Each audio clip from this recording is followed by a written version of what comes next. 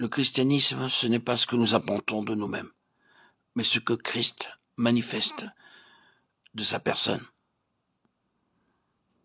Qu'à moins que les yeux d'un enfant de Dieu ne soient ouverts par lui pour voir que Christ est toutes ces choses, cette personne est de bien peu d'utilité pour Dieu. Car ce qu'elle a, c'est simplement ses œuvres, ce qu'elle accomplit par elle-même. Même si elle prie et reçoit de Dieu, ce qu'elle a n'est que temporaire, n'ayant pas ou peu de valeur spirituelle pour Dieu. Hélas, pour beaucoup de personnes, les grâces qu'elles reçoivent de Dieu ne sont rien d'autre que des choses. Certains, cependant, reçoivent la grâce comme une personne. Leur grâce est le Fils de Dieu. Patientez jusqu'au jour où vous pourrez dire à Dieu, je te remercie, je te loue, parce que la grâce que j'ai reçue, c'est Christ. Ma grâce, c'est une personne, ayant une personnalité. Permettez-moi de vous dire qu'aussitôt que vous voyez une telle différence, vous pouvez immédiatement distinguer la vie de la mort. Beaucoup de frères peuvent seulement distinguer entre le bien et le mal. Ils ne peuvent différencier la vie et la mort. La raison en est simplement due au fait qu'ils ne voient pas que toutes choses sont en Christ. Il est à la fois la chose et les effets qu'elle produit. Dans le domaine spirituel, il n'y a ni chose, ni ses effets, mais seulement Christ.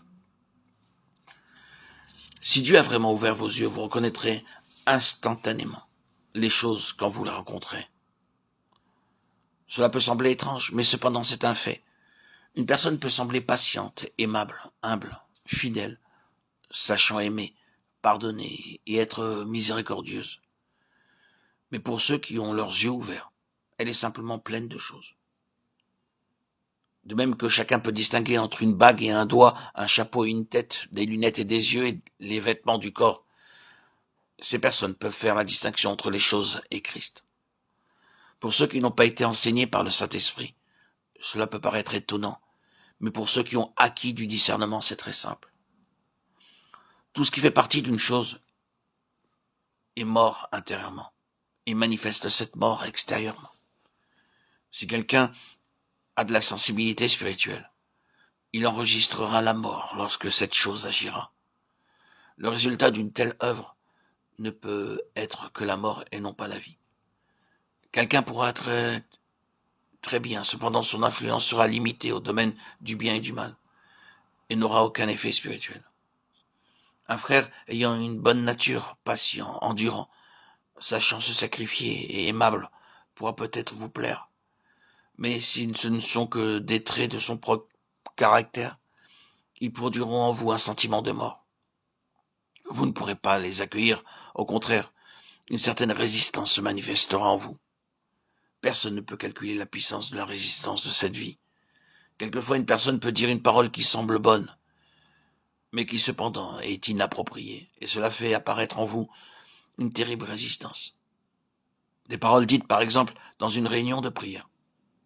Pourquoi quelquefois répondez-vous par un Amen? Parce que vous avez été touché par la vie. En priant, ce frère a touché votre vie. C'est pourquoi spontanément vous avez dit Amen. Mais les prières de certaines autres personnes, bien qu'elles puissent être sérieuses et attrayantes, produisent une sensation de froid intérieurement. Il vous tarde qu'elles aient fini de prier, car la prière n'est pas différente de ce qu'elles sont. Il y a quelque chose qui se dégage. Ce quelque chose est semblable au toucher de la mort. Une chose ne manifeste pas seulement la mort dans la personne elle-même, mais également chez les autres. Elle n'a absolument aucune valeur spirituelle, car elle est faite par l'homme. Si telle est la situation, nous ne pouvons rien faire d'autre que de nous attendre à lui. Alors nous verrons de mieux en mieux que nos propres œuvres sont mauvaises.